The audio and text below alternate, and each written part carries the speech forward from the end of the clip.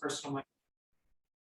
During the panel session constitutes a release and waiver of rights for that session and the capture of the attendee's image, likeness, and their voice for the exclusive use by the Climate Ready Columbia Organizing Committee. All in-person attendees should be aware that all ambient room sounds will be picked up by room microphones and will be heard by all virtual attendees and in the recording. Please remain quiet unless addressing the entire group. For anyone wishing not to be recorded, you may withdraw from the session before recording begins and watch the session on a later date. Thank you. Thank you. All right, so we're going to kick it off. I know today's panel was about talking about the future of electric vehicles here in Columbia, but I would say it's a bad thing to say it's the future because it's already present. It's already here, right? We have infrastructure on the ground, we have vehicles on the ground, and now how do we support this to make sure that Columbia is a better suited to be an economic leader as well as a driver here within the state, no pun intended. So I just want to say thanks to Claire and Matthew for setting this up, Columbia Ready Conference. I think this is great. My actual first experience with energy and climate was when I went to West Virginia University to their energy conference back in 2015. So I've been kind of in this field for a little bit, and certainly electric vehicles is where I end up. A little bit about me, my past. After going to West Virginia University, I came down here to Columbia, South Carolina, where I worked with the State Energy Office for a few years as the Clean Transportation Program Manager. And Claire was actually my intern for a little bit. So if you're listening, thank you, Claire, for all the good work that you did. And now I'm with ChargePoint. So now I'm the public policy manager for the East Coast. What this represents is the Southeast and Mid-Atlantic states. So think Delaware, out to Arkansas, and I work on a state level as well as all the way down to a municipal level to advance electrification policy. So that means getting vehicles on the ground, getting infrastructure in the ground, making sure policies are oriented to make sure that there's equity and environmental justice considerations in how we're deploying infrastructure as well as chargers. So I'm going to kind of walk you all through a couple of things today. First and foremost, I'm just going to introduce you all to ChargePoint because some of you all might not know what that is. So I just want to level set and also level set on what EVs are and what charging is. We'll go into why EVs are important, why fleets are using them, why towns and universities are installing charging infrastructure, and look at what EV infrastructure is here in Columbia, what people have been doing around the city in terms of electric vehicle use. We'll talk about how networked infrastructure can help support electric vehicles as we talked about into the future.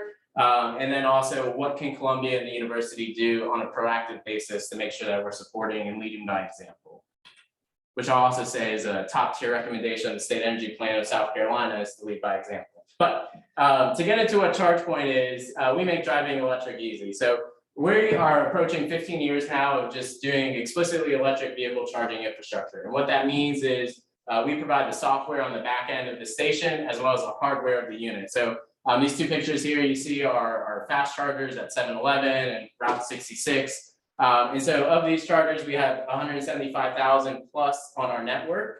The ChargePoint network is the world leading provider of electric vehicle charging through roaming agreements with EVgo and Greenlots and Flow, some of the other companies you may have heard. That boosts another 300,000 on our port. So we are a little bit different than the rest of the companies out there. Our business model is about independently owned and operated chargers.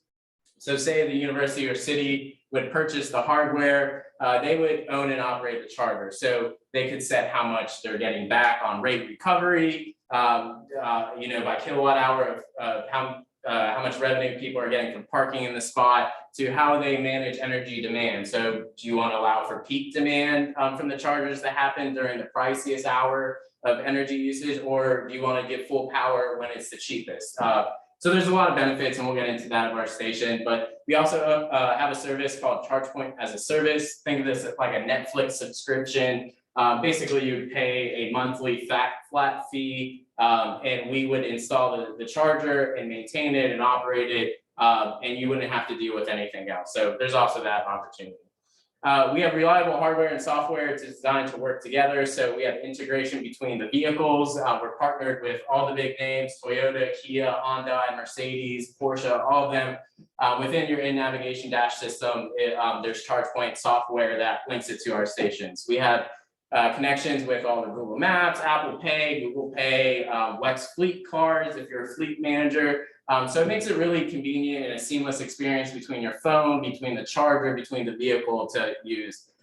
We really pride ourselves on kind of a tap to pay model of that it's really as easy as plugging in your phone and tapping pay. So Now that we talked about electric vehicles a bunch here, some of you might wonder, what are they, right? So there's really two main types out there. There's the plug-in hybrid. This is powered by both an internal combustion engine, also known as ICE, and a battery and electric motor. So the battery on this is usually smaller. It needs to plug in to charge, like the electric vehicle. So we usually see about 20, 30, 40 miles of range off these vehicles. The pictures here are Mitsubishi Outlander plug-in hybrid, and then on the right is the City of Charlotte's Kia Niro plug-in hybrids, which I'll mention. The City of Columbia also has Kia Niros in its fleet, so pretty an easy upgrade in terms of model and what the vehicle does. You probably all have heard of the electric vehicles or battery electric vehicle BEV that are out on the street. So Teslas.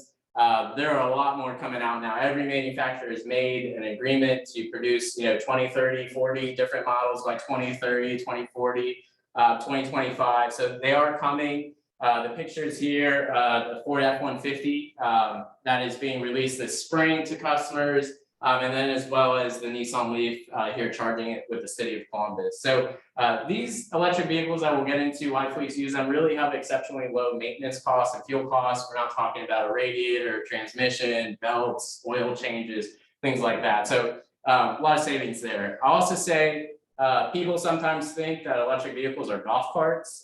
It's not the case. We are pushing 250 miles as the average last year. And this year you might have seen with the Lucid Air coming out 513 miles of EPA rated range. So things are increasing. So now let's talk about EVs in the Southeast, right? Let's nail it in. So here in South Carolina, we have about 8,000 vehicles registered at the end of Q1 of 2021. So just looking at this map, you can see that, the states around us have a lot more electric vehicle usage. And for the folks, looking at this, you may think, well, why us? Well, people from these other states need to transit through South Carolina to get to, Charleston, Atlanta, to Miami, things like that. So there's an opportunity for electric vehicle infrastructure to be an economic development tool to bring people off of the corridors and interstates into our cities and towns, and to our retail amenities. So that's a plug I'll put in, but also just look at, the urban versus rural difference here. You can see that urban communities such as Greenville, Columbia, Charleston, and Myrtle Beach retain the highest numbers, as well as the Rock Hill area. What we need to be working on next is filling in the gaps to make sure that we're equitable in our infrastructure deployment to rural communities, to making sure that everyone's benefiting from the great things that electric vehicles provide, right? Cleaner air, lower fuel costs, and lower maintenance costs, so that we can spend our money elsewhere to benefit ourselves. So that's what we're working with, but just kind of wanted to give you a screenshot or snapshot of what the Southeast looks like in terms of electric vehicle registrations. So now let's talk about what charges an electric vehicle, because we talked about what is an electric vehicle. So there's 3 levels of charging. We'll start out with level 1, which is the trickle charge. This is the easiest option to do. It's a 110 volt outlet. Same thing, you would find a 3-prong outlet to plug in your laptop charger. I will say though, this is a 2 to 5 mile range per hour of charging. So if you're parked for more than a day, right, or airport parking where you're there for 5 days or something, this is an option. Now let's talk about what the mass majority of folks will use or encounter if they do drive an electric vehicle. So the level 2 charging is a 240 volt outlet. Think the same as your dryer or laundry machine. This is the exact same thing you would plug in, or refrigerator. This provides about 10 to 40 miles of charging per hour. So we're looking at about 5, 6, 7 hours of charging to fully charge your vehicle. This happens while you sleep, while you're at work, while you're shopping, while you're at a park, wherever it may be. This is level 2 charging. So it's good for fleet, for overnight, for destination, for workplace, multifamily. The photos on the right are actually ChargePoint models. So that's our level 2 commercial version on the left, and then our home charger on the right, the Home Flex unit. So that's level 2. And then what you may be, hearing about in the news today with the new administration's, goal for 500,000 chargers around the U.S. on our interstates is DC fast charging, the level 3. You may be most familiar with this term through Tesla with the superchargers. It's all the same. At the end of the day, it's DC fast charging. But this is big boy power, right? So we're talking anywhere between 62 kilowatts up to 350 kilowatts, 60 to 200 miles per 20 minutes of charging. I know that, in my past experience driving an electric vehicle, there's pulling into Sam's Club or, a Checkers or something like that, plugging in, getting a meal, coming out, and your car's already ready to go for the rest of the trip. So these are the benefits of this for traffic corridors, for community, for on route. And then I was talking to someone earlier about bus and truck charging. This is where we'll talk about high power units to really make sure that these heavy duty trucks can operate. So just wanted to give an overview of that, and certainly what is the charging infrastructure out there. And so why do fleets use electric vehicles? I try to pull all pictures of South Carolina vehicles here. And so why do fleets use electric vehicles? Fuel costs is probably the most apparent thing today. I think I was just driving down here and it was $4.40 by the Exxon station near my house. It is 9 cents a kilowatt for electricity here in South Carolina. What that means is a 3 to 6 times difference in electricity costs compared to gasoline. What that also means is that more money in your budget to do other things, whether it's improvements or salaries or retention, there's opportunities there to shift where funding is going. Because when we talk to fleet managers, fuel costs is certainly one of the biggest items that they're paying. And with the recent escalations around the world with fuel uncertainty, it becomes even more apparent. So EVs are also extremely efficient at city speeds.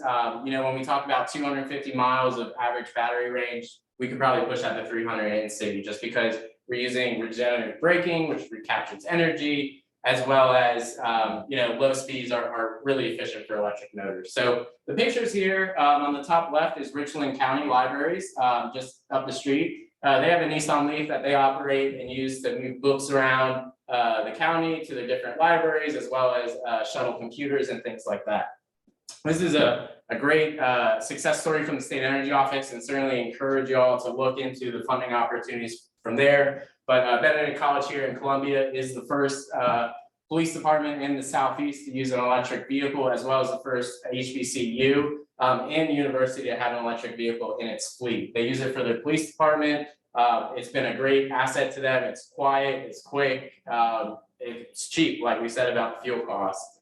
The bottom picture here on the left is Rock Hill. They have a Chevy Bolt as well as a Mitsubishi Outlander that they use.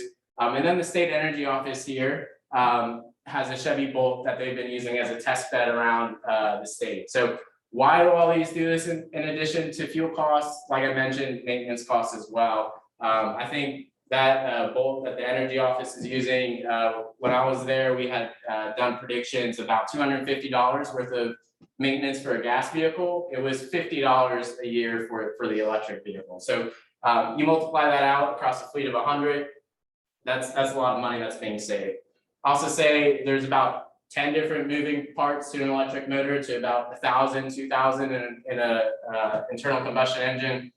So just think of all the things that have to, that you don't have to repair at the end of the day and that don't go wrong. So let's move into why do cities and universities install infrastructure, because outside of the fleet perspective of saving money, there's also the attraction and revitalization that electric vehicles bring. So cities and universities really install charging infrastructure to bring tourists and residents off of motorways and into their communities. We suggest co-locating them with retail and amenity locations, getting people out of their vehicles, right? They're going to be there for 20 to 30 minutes. They've got things to do. They might stop into Starbucks, they might go to the library, they might go to the university and check out things. And that also generates your visitation. There's also the outlook of sustainability.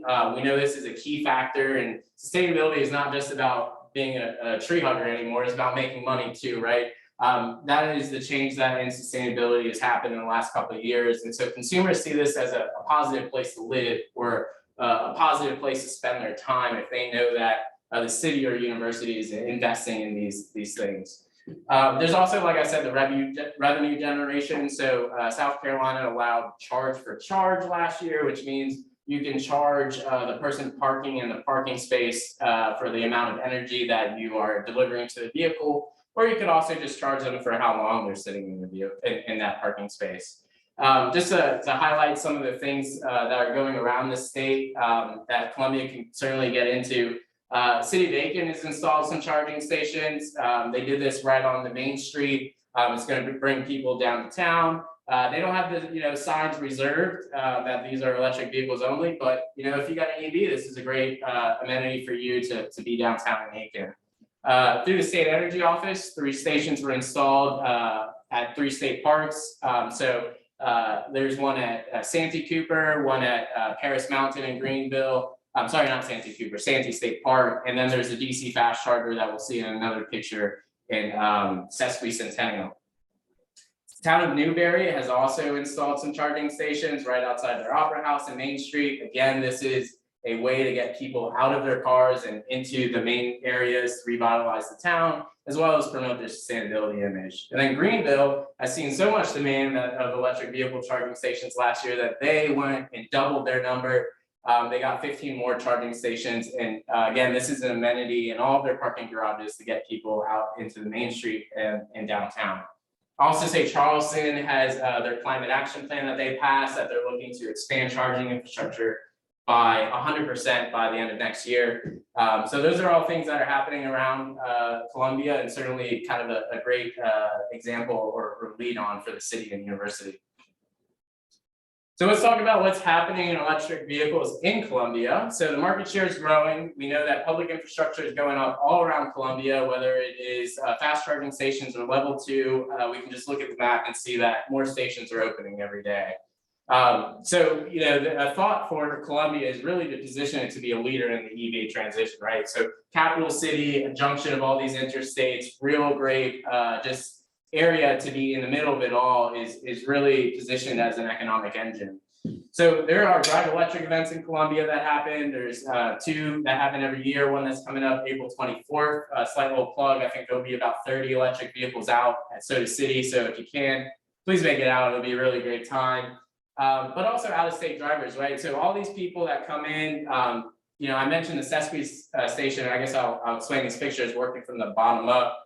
This top right one is Sesquicentennial in the state park.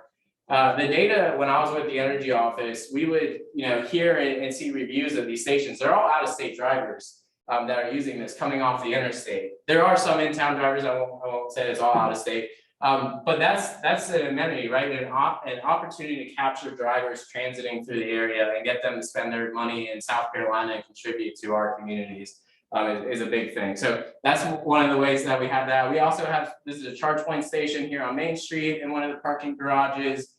Here's some electric vehicles that I just found in a parking lot, as well. This is a picture of a Drive Electric event. You can see, there's just a ton of vehicles. And then here is a picture of electric vehicle charging here at USC. So it's not just the state energy car charging some days. There's also people who have them, who are professors, who are students, and helpful to support that. So currently, a lot of the city and university infrastructure is currently unnetworked.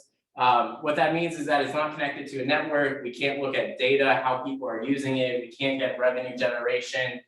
So we can't recoup the cost of investment for putting in these stations. So just wanted to throw that out. That's currently where the infrastructure stands. And then just to talk about where the benefits of network charging infrastructure is, right? So like I mentioned, with networks, you get to pair across the majority of how different EV drivers are operating. So 400,000 ports with our charge point network, you get to be visible to it all. People can see who's plugged in. They can see if you're charging. They can make a queue list. So after that person gets done, I'm next to charge in line. There's all types of functions that you can do across the network. One of the big benefits, though, is managed charging.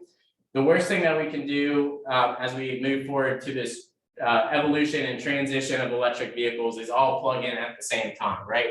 We all plug in during peak demand when it's the hottest, during the summer when everybody has their AC on. We're going to be firing up the dirtiest power plants, the peak power plants. We're going to be stressing the grid. So what we want to do is manage how we charge, whether that means people charge in the off-peak hours that you plug in, and then your vehicle knows between 2 and 6 a.m. to charge then, whether it charges when a lot of solar is online during the middle of the day or wind at night. There's different ways that we can manage the software to take advantage of how the grid's working. So that's managed charging. We already talked about revenue generation, how you can recoup from the stations, and I'll get into that in another slide. But remote diagnostics is another thing. We've seen stations go offline, especially here in South Carolina too. With these stations that don't have a network, we can't just pull up on the computer and say it's got this fault on the system. We just need to reset it. We actually have to send someone out there, pay for the labor, get a contractor. So there's benefits to that too. There's also data tracking and reporting for a lot of grants, and just for energy managers or facility managers to know, data tracking is really important. And just be able to report that in a cohesive manner that people can understand, greenhouse gases offset, how many vehicle miles have we enabled, things like that. So I won't go into this at all, but I did just want to throw up kind of all the different agreements that we have with different charging providers, EVgo, Greenlots, Flow, things like that. So ChargePoint Network really just does connect, configure, and charge. We allow scalability, flexibility, and the ability of drivers to have a seamless driving experience throughout the network. And then, like I said, so revenue generation, this comes in different forms. Our stations allow for RFID cards, for tap to pay on your phone or on your credit card, as well as phone support. You can even use your Apple Watch to pay for these charging stations now. It's kind of funny. But there's all types of different ways to recoup revenue. Now, I guess I'll just leave it off with this, some things to mull on for the city and university. How do we support electric vehicles here in South Carolina? We know that these vehicles are here in Columbia, they're operating, they're coming through our city to other cities. How do we make sure that we're benefiting from this as well? So public charging, like we talked about, can be used as an economic engine to get people into areas to revitalize, or shopping, retail areas, but also just to bolster the image of what Columbia is, right? We want to be a leader, a thought leader in this. We want to be sustainable. We have this goal to be climate ready. Electric vehicles are certainly an element of this, because our emissions are now our highest emission sector is transportation. So this is a way to reduce that. Fleet, we talked about lead by example using EVs. The South Carolina Energy Office is a great example of that, right? We want to pilot and then scale. So what that means, getting one vehicle in, and then, seeing how it goes for a year, and then getting 5 if it goes well. Start small and then start growing up. We gotta crawl before we can run, and before that we gotta walk. So those are good things to keep in mind. I'll also say there are electric vehicles on state contract now. There is a Nissan Leaf that you can take advantage of that's really at a competitive price, and really can be used in a multitude of different functions, from admin to police to public works, things like that. Again, like I said, utilize managed charging, especially if you're a bus or transit fleet. Plugging in at the wrong day, getting hit with peak pricing can really be bad. Another thing that's really important, I think, for the city as well as the university with housing is multifamily, right? We want to provide incentives, whether that's economic or financial or whatever it may be, to builders to include EV make ready within construction plans. We know that the cost of construction to put in a dryer plug, to plug in a charger, is about $50 at the point of new construction. If you go back and retrofit a new building, it could be a couple $1,000s. So that is the point we want to make across, that it is so much of a lower hurdle to do it up front than to come back where there's all this resistance. Permitting and codes, making sure that the EV permit process, if a developer or a construction contractor wants to put in an EV charger, make sure that there's an easy to follow, easy to navigate process through the city to get that permit for construction approved, whether it's a breakaway function from all the other commercial building permits that you're doing. Just make it an easy process and streamlined. Again, building codes will help enable this, and then take advantage of grant opportunities. The State Energy Office really tries to pair and match make on grant opportunities. Work with them, work with private-public partnerships to enable the expansion of EV charging infrastructure. So now that I've talked for a good 30 minutes, here's my contact information. I don't know if there's any questions. If there are, I'd be happy to answer them. Matt's got one here. I'll let him take it away. I have lots of questions. Oh, go for it. This is so interesting. I'm just so excited that your company exists. Love it. So what does the infrastructure bill, or maybe the ARP, I don't know, like in terms of, I know that there was like big money set aside for this kind of thing. Mhm. How is that being dispersed, and how does that come to a city, and Yeah, definitely. how does that work? So Matthew's question is about the incoming federal infrastructure funding from the Biden administration. So what we're calling that is NEVI, the National Electric Vehicle Infrastructure Formula Program. They don't make it easy, so we just call it NEVI, right? So that is coming down in two different pots. There's $7.5 billion at the top, and then that's split in two. There's $5 billion just for EV charging infrastructure, so along interstates and corridors. So the fast charging that we talked about, maybe I'll go back some slides here so everyone can keep eyes on this.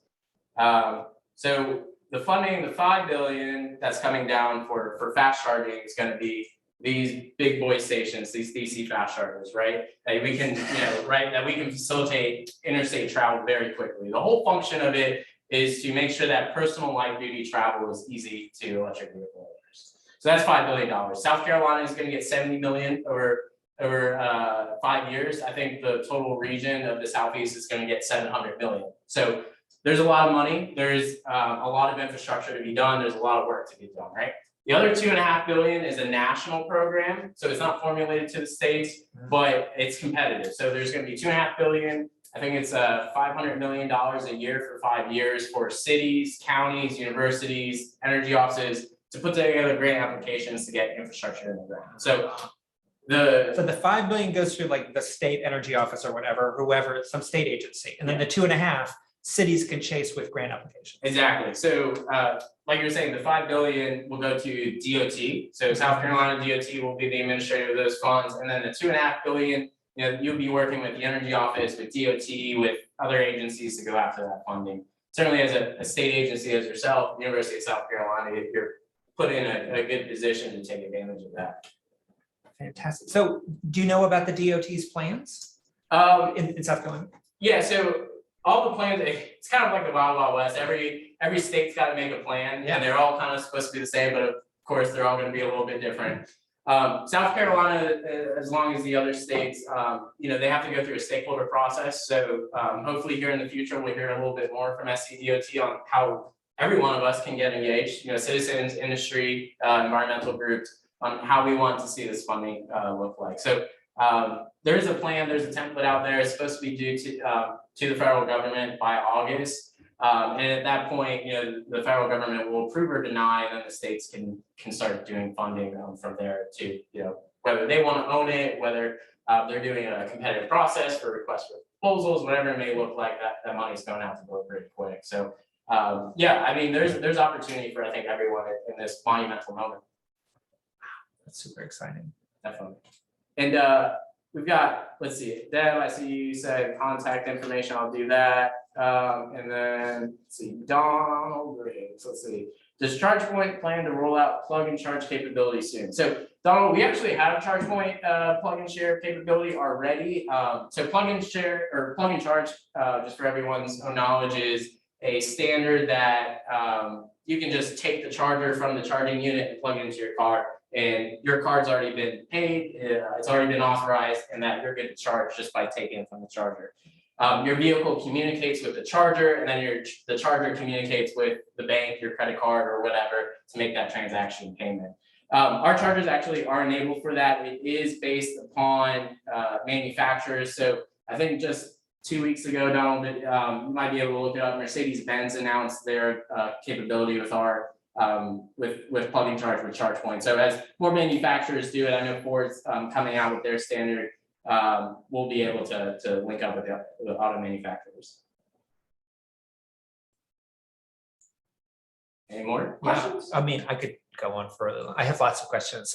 So do you know, and you might not, like if you were the city of Columbia or the university and you were like, wow, there's all of this grant applications I could do to put in charging stations and infrastructure. Do you know like who's responsible, like what city department would be responsible for flagging and writing those grant applications, and or like at the university, like how does that work? Do you know? Yeah, so Matthew's question is about how does the process for grants really take off? Who's the right point of contact? How do you get this conversation started? I'll say, and Claire, I know that we've done this work before on how to get involved in with grants and how do we get this off the ground. it usually ends up with the energy manager or a facility manager Yeah. or the sustainability director. There's usually never one person who's writing the grant per se. It's Right. always a conglomeration of different departments or agencies, but I recommend public works, economic development sides, energy management offices are usually great. And you want to keep them all in kind of the conversation because while this is transportation, evolution, it brings in a lot of different things. It's not just putting gas in a car anymore. Now we're talking about the energy that needs to be delivered from the building, as well as the fleet manager to make sure that there's parking spaces there, or the building manager, things like that. So it usually takes a diverse group of voices to come to a conclusion. I also offer up our Charge Point team. We have a great strategic grant partnership team, and we can write, do the site evaluations, whatever. it may be. Really? So if the city, so like, let's say the city of Columbia, or you could be a county, right? You could be a county. So let's say like Richland County, so we've got like the Congaree Swamp, it's a national park. Seems like a place people would come through where it'd be nice to have like a few fancy charging stations for this traffic. So let's say they were like, hey, we want to write a grant to be able to do this. They could come to you and you would be like, oh, we actually have staff that'll help you. Oh, yeah. I was actually on a call today with some folks in North Carolina where we had pulled up the map and said, this is where the line comes in, this is where the charger looks like, we ran through the whole budget, all this type of thing. So we have dedicated staff to do grant writing. And I know, my previous role at the energy office, they're limited capabilities, I think, of some entities, right? Public entities, they might not have the staff capacity, they might not have the resources. So wherever we can lend a hand, now I'm in the private industry, but before, the state energy office is really a great resource. I know Catherine, you're on here, but just another plug to y'all because they can help write and navigate that process. But certainly I would say start those conversations early. If the grant funding's already out and you're just having that conversation of what should we be doing, somebody else is probably already has an idea and that grant funding's already spoken for. So Right. start early. What's the timeline for the? So for the community grant funding, we don't know just yet. We hope May 15th is when some guidance will be released from the federal government. Okay. So we've got our eyes on that. But certainly with the DOT funding, we're already engaged with folks, and that should be August that we're looking for funding will be dispersed. So I see some questions here. This one's from Deb about electric vehicles and emergencies. Especially a few months ago, Virginia snowstorm, electric vehicles got stalled and stranded. Upside cars could be used as a backup house generator for emergency situations. Your take. I will say a lot of vehicles, as well as internal combustion engines, were stranded in stalled traffic. It wasn't just electric vehicles. I did see those articles and I was kind of confused with some of the narratives that were coming out because like I was saying, electric vehicles are really efficient in slow speeds, right? City speed. So if you're in stalled traffic, you're in start, stop, you're regaining energy through your regenerative braking. So that's a good point. But to your question, Deb, about house generators and emergency situations, yes, I think this is a coming market for electric vehicles that is going to be fantastic for us, right? If electricity comes out, your charger can send electric energy from your vehicle to your house and keep your house online for 2, 3, 4 days. We're looking at the Ford F-150 Lightning saying up to 7 days if your energy goes out. This is, I think, a really great scenario also for transit fleets or public fleets, right? Say a school bus has to evacuate folks from Beaufort County or something up inland because a hurricane's coming. Well, you stop at the shelter, right? Well, the shelter needs air conditioning, it needs fans, it needs medical treatment, it needs power for all these systems. So you plug in the bus and then it powers the emergency shelter. So there are a lot of untapped, I think, realities to what is known as vehicle to grid or vehicle to X capabilities. It hasn't all been flushed out yet. I'll say, honestly, it's kind of on the edge of coming into our forefront. But I think with the next couple of years, we'll see a lot more things. So Caroline, what is the status for EV repairs, both for fleets and personal ones? I'm trying to get one repaired now. Severe shortage of techs, estimated 3 to 4 months of delay. How might the city manage repairs for an electric fleet? Caroline, you make a good point. There is a shortage of techs. This is something that we're trying to develop across the board, is workforce development for these jobs. In addition to the economic development of all these EV investments that are happening, the manufacturers, we need folks to service them within our states too. You're not the only one experiencing shortage of techs. There's also some public entities here in South Carolina that run electric buses that have to hire diesel mechanics and then pay for them to be electric vehicle technicians. So, the hope is that we can work with technical colleges, with community colleges, with state four-year colleges to build out these programs to make sure that our workforce is ready for the next wave, right? For the next economy that's happening. The same way that computers happen, cell phones, we need to start building those workforce opportunities for these folks. Now, to the point of 3 to 4 month delay, certainly, I think that's across the board with a lot of parts. I'm waiting on a door handle for my inside door handle. It's got a 2-month delay on it. It's the supply chain. I hate to throw supply chain under the bus all the time, but that's kind of one of the things. But what I would say for cities to manage repairs for electric fleets, start thinking about that right now. Can I pair with a high school? Can I pair with a technical college? Can we build out, are these programs already existing? Because we have hybrid vehicle programs here at our technical colleges, electrician programs, all these type of things that can enable our workforce development with just a simple change in, merging automotive and electrician programs together. So thinking innovatively, how do we do that for a city fleet? And let's see, Deb. Okay, and then that was just a comment. And okay, well, Claire, do you have any, Matt? Yeah, so the way it seemed like you were doing this was you start off by showing the map, and this is where the electric vehicles are, and now we need to get them charging stations. So that's kind of assuming that like the way that this transition works is it starts with the people buying the cars, and then you create the charging stations to meet them in.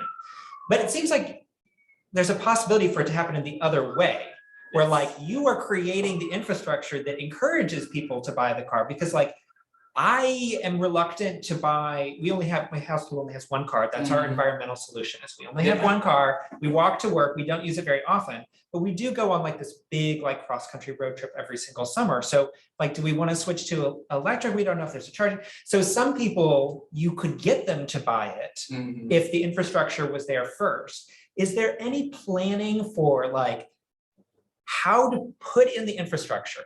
Yeah. So it's encouraging the buying rather than just putting it in where they've already bought.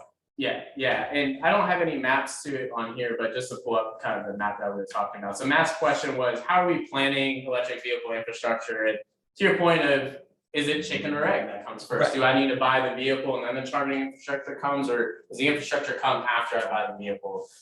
I'm a personal supporter of doing both at the same time. Some people have different views.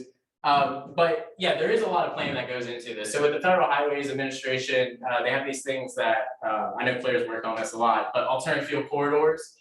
So all of our interstates here in the Southeast have been designated as alternative fuel corridors. When you're traveling on them, you'll see some signs along the side of the road that say, is this EV or propane or natural gas ready for travel? What that means is there's certain segments of distance that you can travel where you know there's going to be a station. So for electric vehicles, every 50 miles, there needs to be an electric vehicle charging station to enable that corridor to be on that map. So that's how we're planning this. Every 50 miles, there needs to be an electric vehicle charging station. With the funding that's coming out of the federal administration, every 50 miles, 4 chargers will be there, up from just 1. So that is kind of And like the super. Yeah, and the super like less than 20 minute speed. So that is. When will that be built? Sorry, was that? When will that be built? Like, when can I count on that happening? So so Matt's question is, when will that happen, right? So the funding is supposed to be out the door really quick. Once states get approved by plans, that's supposed to happen by the latest by September 30th of this year. The hope is from there, that states will have competitive procurement processes. So RFPs, folks like my company and others would put in, and then hopefully by next year we would see something. I'm not gonna say this year. But like within a few years. Yes, so That's crazy. So this is this $5 billion needs to be spent within 5 years. Wow. So it's gonna put down a lot of infrastructure. It's, I think, gonna change a lot of things of how we view electric vehicles and how we travel. Yeah. And like I said, it's gonna be 4 stations. So you're not gonna be running into a situation where, oh, someone's charging, I gotta wait. There's multitudes of them. So. Well, it seems like the thing, I mean, if it could really be that fast, the thing that would be the bottleneck would be the capacity to build the EVs as quickly as people want. So there are EVs coming on market. So the technology is moving really fast. So back in 2012, 2013, we were talking Nissan Leafs that could maybe take 50 kilowatts, so like 45 an hour to charge. Now we're talking about speeds of 200 to 350 kilowatts. So top tier Porsches, the Honda or the Kia EV6 that just came out, the Lucid Air, things that can charge up to these, 275, 350 kilowatts that are, 18, 22-minute charges for a full battery. And that's just been in a span of 5 to 6 years of development. So that's where we kind of see things topping off for the light duty market. Honestly, I don't know, when we think about this switch, it's not the same as a gas station model. We are not going to be, waking up right before work and going, oh, damn it, I need gas. I need to stop at the gas station, or coming home from work and stopping.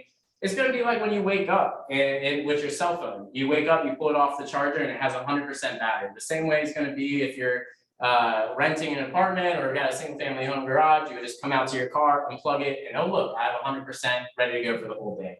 So we don't need to be charging every minute of the day. We don't need to be charging, every place we go, but there's that opportunity for us to have 100% charge, a well-planned environment in terms of cleaner air, a better, more stable grid, and then lower fuel costs. And when we talk about lower fuel costs, we're saying, we're not giving our money to Russia or Saudi Arabia anymore. We're spending it here locally with American-owned, and they're utility companies, but at least they're American-owned. And now we're spending that money locally and domestically here in our community. So that's a difference as well. Well, but it underscores this question that was asked about maintenance. Like, are people ready to be servicing all these? Because if the transition could happen that quickly, I mean, is private industry like ready? Are all of these auto body shops like prepared for a complete conversion within a decade? Yeah, so Matt brought up are auto body shops ready for this, or just, I guess, whatever, car service. Private car service, right? Not your dealership car service. There are some, like in the states like North Carolina or Georgia, where there are multiple, where we're seeing 3 to 5 times more electric vehicles. There are private industry, like mom and pop electric vehicle repair shops. We are seeing though on the dealership side a lot more support that's happening. So all the Chevy dealerships around here can help, if you have some issues, or like the Kia dealerships, they're building up that staff knowledge. There may be 1 or 2 technicians on staff, but as more vehicles and more models come out, they're going to be providing more. So right now at the dealerships, there's certainly that knowledge sharing that's happening. I think with the private industry, we'll see that grow as the used market grows with these electric vehicles. I had questions. Yeah, Sorry, no, I you're had so good. much. So I had questions. So one of the things you were talking about was the network and how good it is to have the networked charging, all these great advantages. But you were saying that the charging stations we have right now aren't networked. Mm-hmm. So is the suggestion that your company you have to work with your company to get networked? No. So we are one of the many network companies out there, but our network, we are the world's largest electric vehicle provider, right? So we're based in the US, but we have things in North America, Mexico, EU, and India, and expanding in other places. And then we have roaming agreements to that. So that bolsters up our network outside of ours. So we have agreements with other charging networks that if you So have the networks are good at sharing. Yes. Nobody's being like an Apple versus Think of PC. it's kind of like the cell phone market, where like you had at the beginning all these roaming agreements, and then all of a sudden it was like, what happened to roaming? Now I can just use anybody's network and I got signal anymore. So that's kind of where it's coming into. I just see there's benefits in our network just because we offer a lot of capability. So the managed charging things, a lot of energy demand. The reporting of data, the revenue generation. There's just a bunch of functions outside of what is strictly network charging. We have network charging, and then we build on all these other different suite of different software capabilities. But you said that the charging stations we have are generally not networked. Yes. So who's putting these things in, and why aren't they networked? Yeah, so I'll just go back to maybe we've got a picture of one. They're kind of these. I don't know if you can kind of see them, but back here, these are the stations that are in question. So back during RO stimulus days of 2008 and 2009 with the Obama administration, there was a group called Plug in South Carolina that got awarded through federal funding in the state energy office to install charging stations.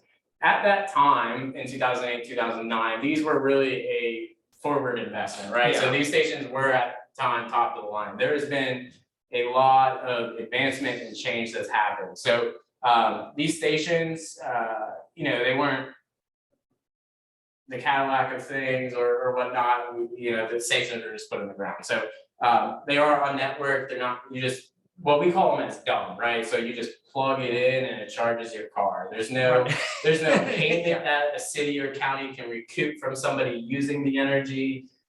There's no way that you can see, you might drive an hour, to the destination, hope that it's unplugged, that no one's plugged in it, and then someone's charging, and that you can't charge there. So our network allows you to see what stations are in use, if people are going to be done with them in a short amount of time. You can set the wait list or whatnot, things like that. There's also things like valet mode. So say if you're a workplace or an employer, another thing that employers do is install charging stations to recruit talent and just keep them around. Maybe you only have 2 stations, but you have 10 employees that have electric vehicles. Well, valet mode allows that if your vehicle is getting charged and it reaches a full charge, you'll get a text that says, hey, can you please move your vehicle so somebody else can charge? So all those capabilities are kind of built into our software that enables it. And then it's put onto the network where you can see it across. So our charging stations are these like antiques from the first round of. They still work. I'll say I'm amazed. They are chugging away. Well, that but bodes yes, well. they're antiquated, certainly in need of some love. I will say the company Eden, they have stopped making these type of chargers. They stopped supporting them so that when they do go offline, they basically just have to be ripped off the wall and replaced with something new because you can't get replacement parts for them. So that's why we're saying, when these go down, replace them with something that's networked, that's smart, that you can see what's going on with the station. Yeah. In that sense, so. Yeah, it totally does. I still have another. I mean, I could keep going. It's No, just I'm gonna be here the for it. Ben and Matt show. I love it. So it's about wanting to avoid peak hours, right? I would think, so I mean, I remember getting PSAs when I lived in California like 20 years ago. PSAs about peak hours, like don't run up all of your devices or whatever during peak hours.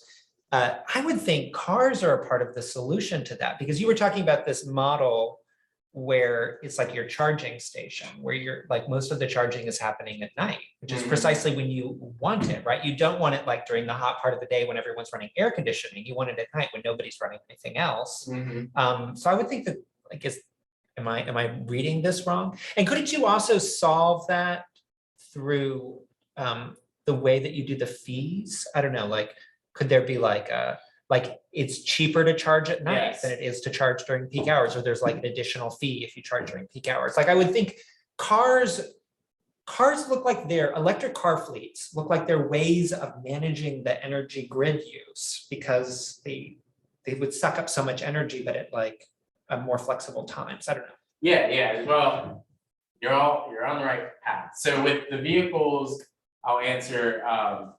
Yes, you can manage to, like the Chevy Bolt here that the state energy office has, you can set in the vehicle to say, I only want to charge during these times. There's also things coming out, there is a great another acronym, OVGIP or something, Open Vehicle Grid Integration Protocol or something like that.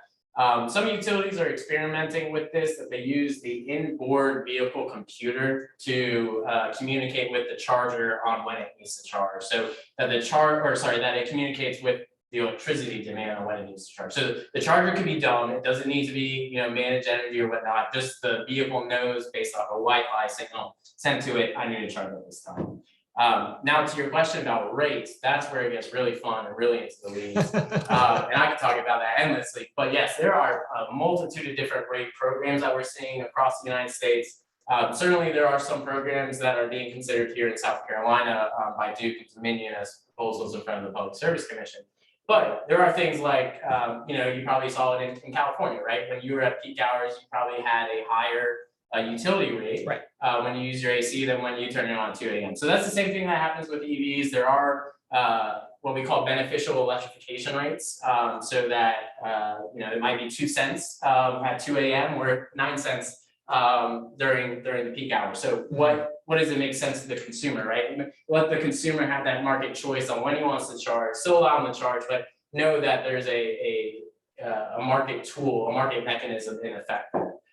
There's things also, waiving of peak pricing or demand pricing that we've seen for fleets in some states, so that fleets can get better suited, better up to speed with how charging works, how to manage it, and not be penalized at the same time as they're crawling through all these learning steps. So that's something that we've seen from utilities as well. But to the effect of peak pricing and non-critical pricing and peak critical, there's all types of terms. Right.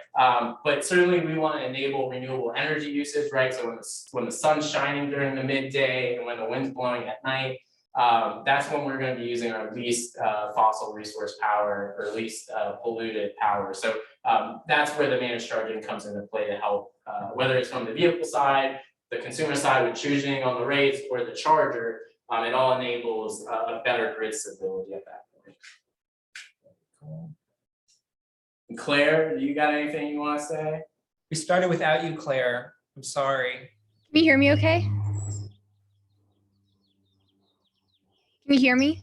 Yep. Okay, great. Just making sure. Sorry about joining in late. Some weird connectivity issues, but glad I'm here. One question I have to maybe kind of keep the conversation going. So I just came from another transportation related panel with comment on mass transit problems and solutions. And one of the questions kind of posed to him was looking at the future of different alternative fuels, mostly with their purchasing of an electric bus. Could you kind of talk more about the opportunities for mass transit and electrification?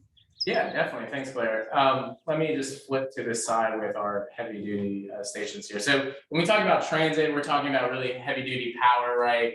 This photo on the right here is what is called our Express Power Plus, the 150 to 350 kilowatt charger. Basically, with transit, we are seeing huge savings in fuel costs as well as maintenance. I don't know if y'all know, but the amount that it costs to run a bus, how heavy it is, the brakes that are needed to stop it all the time, the labor costs, it starts adding up for a transit fleet. And when we talk about $5.50 a gallon for diesel, that's insane. That really breaks the budget. So when transit fleets operate electric, we're seeing savings of up to 2 to 3 times, like we talked about with electric or with the fuel costs, but then also the maintenance costs. Transit has a really great opportunity because these transit buses are diesel, so there's all these after emission control equipment. I think it's up to like 14 different components. And when those fail, it could be $50,000 to $70,000 to repair on a bus at a time. So that's another opportunity. We remove all of the emissions equipment from the bus, from a diesel bus with an electric bus. The other opportunities I think for transit is just, a greater sense of community, right? These buses are running quietly through the community. You're not hearing this roaring monster coming down the street. It's cleaner and more attractive to be on. I don't know if y'all have been on an electric bus before, but they have USB ports on them now, which is really cool that you can plug into. So there's all these little cool options or abilities with electric buses. But I'll also say, there's a bunch of different fleets here in South Carolina running electric buses. I know Charleston's going to have 32 by the end of the year. They're scaling up infrastructure big time. They're talking about a 500 kilowatt charger, which is almost double the power of our highest personal vehicle charger. There's things like en route charging that people can consider. So a pantograph system that comes down from the top and connects to the bus and charges it while it stops at a bus stop for 15 minutes. There's inductive charging, wireless charging that I know the state of Tennessee is experimenting with Chattanooga. So there's all these cool different, there's all these cool. Wait, how does that work? Like telepathy? Like, I don't know. Right, well, magnets, right? Inductive charging is all magnets, and it's really crazy to see what the innovation is happening out there. But at the end of the day, I think transit fleets really have the opportunity with saving money on fuel and maintenance. And when we talk about $5.50 a gallon of diesel, that becomes more and more apparent. So an unexpected consequence of the war in Ukraine, could it like accelerate? That's what they've been saying. Yeah, so I know that, we got some articles the other day that Google Trends was like off the charts for electric vehicle searches because of the rise in gas prices and the war in Ukraine. So, but then also comes in with, I think what Caroline was saying earlier of supply chain issues, right? Can we get these parts to us? Can we get these vehicles? How can we build these domestically in the United States and promote national security by making sure we're not having resource extraction from China and Africa and all these countries? So there's a lot of things at play, and hopefully, we get it all together, right, where we come out as a stronger nation and that's cleaner and more, energy stable and things of that sort. So, yeah, there's a lot going on, which makes it fun. All right, Claire, anything else?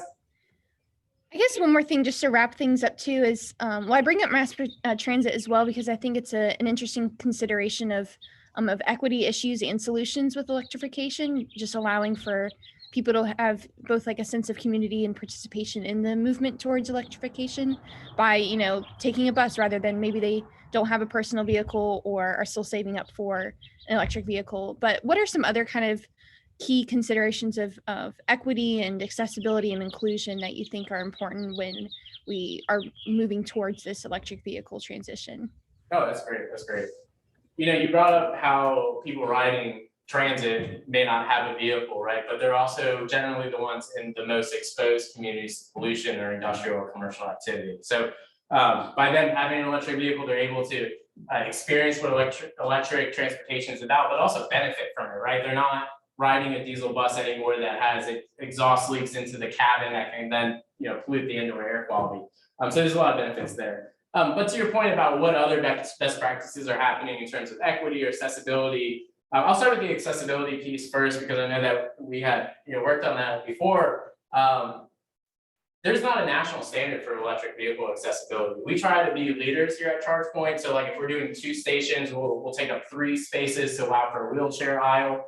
But there's really not best practices out there. So what you want to think about is the chargers. Are they at waist level, right? Can somebody from a wheelchair access the plug? Can they access the screen? With our chargers, we are made to be ADA compliant, which is why you see, like the screen at kind of the lower waist height there. Then also wheelchair accessibility, right? Can they get up to the charger? Is it on a curb? Is it on a concrete platform? Is there a boulder, steel pole or whatever in a way that doesn't allow the full flexibility of someone who may be just differently able to get to the charging station? So those are definitely something you want to think about with accessibility. And then from the equity side, think about communities, right? Think about which communities have been challenged with commercial development or industrial development before. Are there areas that have air quality issues that you know of, whether it's nitrous oxide or air toxins or whatever? There's EPA maps that you can look up and see which communities fall under maintenance status or non-attainment status for these criteria pollutants. You also want to think about, take like St. Andrews for example, right? There's, that's an equity issue. We know that there's not a lot of tree cover there, right? The ways how the infrastructure has been developed. I lived in St. Andrews for 1.5 years, and then I moved over here to Melrose Heights, and I can just tell you my lifestyle difference of being able to walk out of my apartment and walk around in a joyful manner is different. But there's so much retail and amenity areas in St. Andrews that allow for shopping and economic development. See how you can take advantage of those to really get people who have electric vehicles, cleaner air driving vehicles, may have some money to spend it in the areas that may have been disadvantaged or disinvested in before. Don't put it, in the new ritzy, multi-million-dollar, wherever it may be, shopping area. If you want to attract equity considerations or environmental justice considerations, put it somewhere where it needs to be revitalized or attention attracted. So hopefully that gets to what you're looking for, Clay. Yes, thank you. Well, Are there any? Oh, go ahead. Yeah, I guess last call, right, for questions. Is there anything else from anybody? All right, well, if not, I'll say I did have my contact information. Feel free to contact me. Would love to talk to you on electric vehicle infrastructure. As you can see, I can talk about this for way too long for my own good. Thank you, Matt, for all the questions, and thank you, Claire, for the invitation to be here today. So Claire, I'll let you wrap it up, but thank you so much. Yeah, thank you so much, Ben. And I really appreciate all you've presented on. It was very insightful, and I hope it was all very helpful for everyone that was here today. And yeah, so I think we'll wrap it up and move on to the next portion of the conference. So yeah, thank you, Ben. We'll end this, I guess.